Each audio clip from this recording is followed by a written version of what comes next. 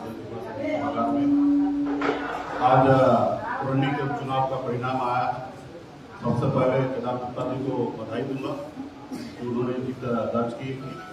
उसके बाद कुरनी की जनता को भी मैं बधाई दूंगा, धन्यवाद दूंगा कि हमने वहाँ पे चुनाव लड़ा, मजबूती से हमने चुनाव लड़ा और हमारी पार्टी पे पहली बार भरोसा जताया और 10,000 वोट हमें प्राप्त हुआ। तो इसके लिए कुरनी की जनता को मैं धन्यवाद दूंगा।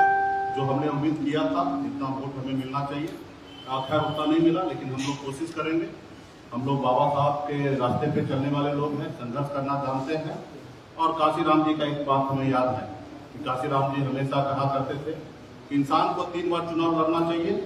एक बार समझने के लिए कि कैसे चुनाव लड़ा जाता है, दूसरी बार हराने के लिए और तीसरी बार चुनाव जीतने के लिए। तो हम उसी रास्ते पे हैं। अकेले अपने दम पर हमने लड़ाई लड़ा। हमें खुशी इस बात का है कि हमने अकेले एक तरफ महागठबंधन जहां 7 पार्टी है जिनकी राज्य में सरकार है और एक तरफ एनडीए जिनके केंद्र में सरकार है, उनके पास सारे शक्ति संसाधन सब चीज से संपन्न है। ऐसे शक्ति के, ऐसे महाशक्ति के सामने में हम लोगों ने लड़ाई लड़ा, हम मजबूती से साथ खड़ा रहा।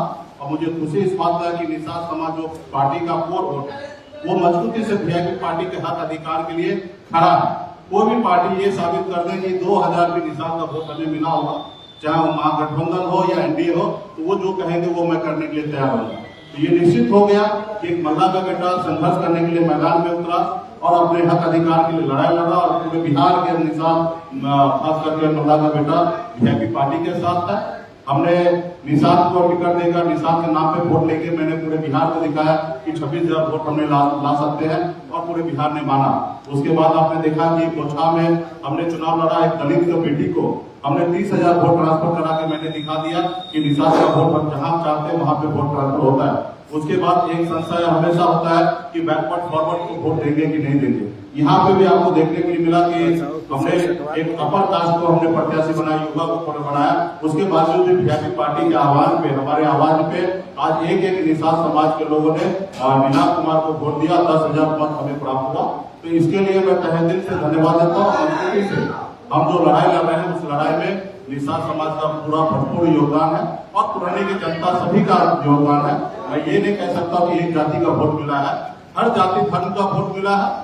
कितना वोट मिला उसकी समीक्षा करने की आवश्यकता है और मजबूती से जिन्होंने हमें मदद किया, जिन्होंने हमारे साथ काम किया, सभी कार्यकर्ताओं को बधाई देता हूँ, धन्यवाद देता हूँ। और 10 तारीख को मैं ये जो हमारे पास 10,000 वोट प्राप्त हुआ ये हमारी जीत है और 10 तारीख को मैं पुरानी विधानसभा में मैं जाऊंगा और जहां जहां पूरे विधानसभा में ऐसे नहीं कि जहां हमने वोट मिला वहां जाएंगे, जहां वोट नहीं मिला वहां नहीं जाएंगे, पूरे पुराने के जनता के बीच में जाएंगे और जश्न मनाएंगे। 1 टन लड्डू ऑलरेडी बन चुका है और भी जरूरी पड़ा तो और भी लड्डू बनेगा और पूरे क्षेत्र में हम लोग जाएंगे, जनता के पास जाएंगे, उनसे आशीर्वाद लेंगे। पहले भी हमने आशीर्वाद लिया, अभी भी हम जाएंगे, आशीर्वाद लेंगे और हम उम्मीद करेंगे कि आने वाले समय में हमारी जो लड़ाई है उसमें साथ दे दे। तो ये हमारी ताकत है। मजबूती से हमने बिहार में आज अपनी ताकत का एहसास हर एक पॉलिटिकल पार्टी को हम लोग कर रहे हैं और हम लड़ाई लड़ रहे हैं। मतलब मान लीजिए कि हम जिंदा हैं, इसलिए हम अपने हक अधिकार के लिए लड़ाई लड़ रहे हैं। हमारे लोग साथ है। आप 1990 के बाद आदरणीय श्री लालू प्रसाद यादव जी, श्री नीतीश कुमार जी, स्वर्गीय श्री रामविलास पासवान जी, 3 महान नेता।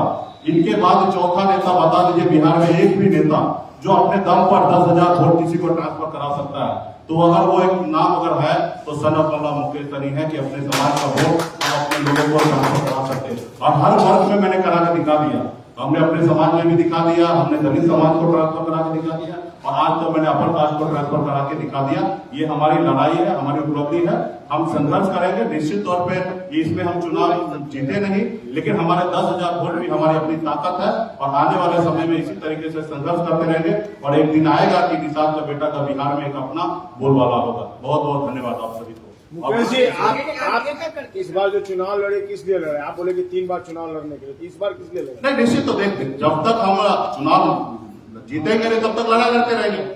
हमारा तो यही है कि जब तक जीतेंगे तब तक लड़ाई लड़ते रहेंगे और हराते रहेंगे या हम सीखते रहेंगे। जब तक जीतेंगे नहीं तब तक छोड़ते नहीं रहेंगे। तो राजनीति में हम हैं और 10,000 वोट आप मान लीजिए। हमने आपको आंकड़ा दिया कि 1990 के बाद आज तक आदरणीय श्री लालू प्रसाद यादव जी, नीतीश कुमार जी, स्वर्गीय श्री रामविलास पासवान जी, ये तीन महान नेता के बाद चौथा नाम बता दीजिए आप लोग। बिहार के जनता से भी बीच में रख रहा हूँ, आपके बीच में बात कर रहा हूँ, कोई एक चौथा नाम बता दीजिए जो अपने दम पर, बाबूजी के दम पे नहीं, अपने दम पर 10,000 वोट, 20,000 वोट, 30,000 वोट किसी प्रत्याशी को दिलाता हो। एक नाम बता दीजिए, वो एक नाम है मुकेश सहनी। आपके चुनाव लड़ने से नुकसान किसको हुआ? बीजेपी को हमें हुआ है? देखिए किसका नुकसान हुआ, किसका फायदा हुआ, मुझे नहीं देखना है। हमने जो जीता उनको भी हमने बधाई दिया है। हमने पहले भी कहा कि हमें एक तरफ भारत सरकार के पूरे शक्ति के सामने में हमने लड़ाई लड़ा और केंद्र सरकार के शक्ति के सामने में हम अकेले लड़ाई लड़े, और निश्चित तौर पे वो हमने अपने आप को साबित किया। यहाँ पे हमारी लड़ाई किसी से नहीं है, हमारी लड़ाई है कि हमें अपना मान सम्मान अधिकार मिले। आज हमने देखा कि सुशील मोदी जी ने प्रेस कॉन्फ्रेंस करके उन्होंने आरोप लगाया कि मुकेश सहनी को किसी ने खड़ा किया। आप बताइए, जब हम समर्थन दे दिए तब संजय जायसवाल जी ने हम पे आरोप लगा दिया कि क्यों नहीं चुनाव लड़े, और आज जो चुनाव लड़े तो भी आरोप लगा दिए। तो भला वो लोग से ये पूछ लीजिए कि वो उनका मन और दिमाग है कहाँ।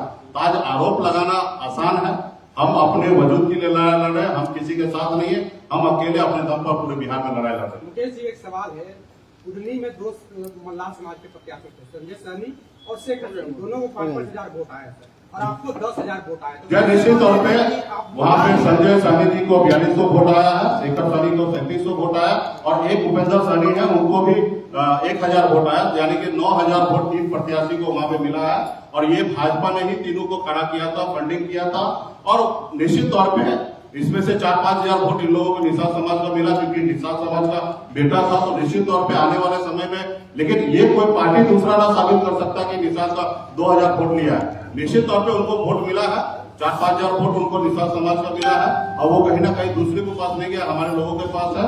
वो चुनाव लड़े इसलिए गया और उसको फंडिंग किया।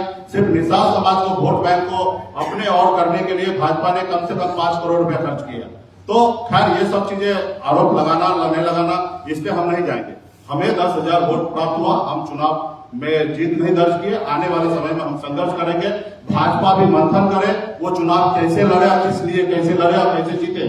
जब पूरे राज्य में जब चुनाव होगा, लोकसभा हो या विधानसभा हो, तुमको पता है कि हमारी ताकत क्या है। हाँ, एक सीट का चुनाव था, पूरे राज्य के लोगों को उतार देना, पूरे विधायक को 70 को विधायक को उतार देना, 80 को विधायक को उतार देना, पूरे एमएलसी को उतार देना, अपने सारे संगठन को उतार देना, यहाँ तक उत्तर प्रदेश से स्टार को भी ले आना। तो उन्हें जितना उसको ताकत लगाना था और लगाना भी चाहिए, जिसके पास जितना क्षमता हो, ताकत हो, वो लगाना चाहिए। उन्होंने जीत दर्ज किया, लेकिन जब सिंगल चुनाव की बात आएगा तो उनको भी सोचना पड़ेगा कि बिहार में हम कहीं से नहीं पार लगाएंगे। बिहार की राजनीति में कहा जा रहा है कि अब नीतीश कुमार का अस्तित्व समाप्त हो गया, उनका वोट बैंक खत्म हो चुका है। अभी जो कह रहे हैं वो उन पे ज्यादा स्टडी किए होंगे। आप क्या मानते? मेरा मानना है कि सरकार वो चला रहे हैं, उनके प्रति नाराजगी है, और शायद नाराजगी नहीं होता तो चुनाव जीतते। तो सरकार चला रहे जो इशू है, खास करके जो हमारे दलित भाई के साथ अत्याचार हो रहा है, जो पुलिस बेवजह उनको दारू का इल्जाम लगा के उनको जेल भेज दे रहे हैं, इस पे सरकार को समीक्षा करना चाहिए। खास करके तारीख को फ्री करना चाहिए, और इसके लिए हमारे दलित भाई परेशान हो रहे हैं। तो सरकार को जहाँ कमी है उनको खुद को तलाश करना चाहिए। मैं तो चाहूंगा कि सभी पार्टी खत्म हो जाए, वीआईपी पार्टी सबसे आगे आ जाए। हम थोड़े चाहेंगे कि जेडीयू पार्टी बड़ा स्केल पे रहे, हम भी चाहेंगे कि वो पार्टी खत्म हो जाए, उसकी जगह वीआईपी पार्टी ले ले।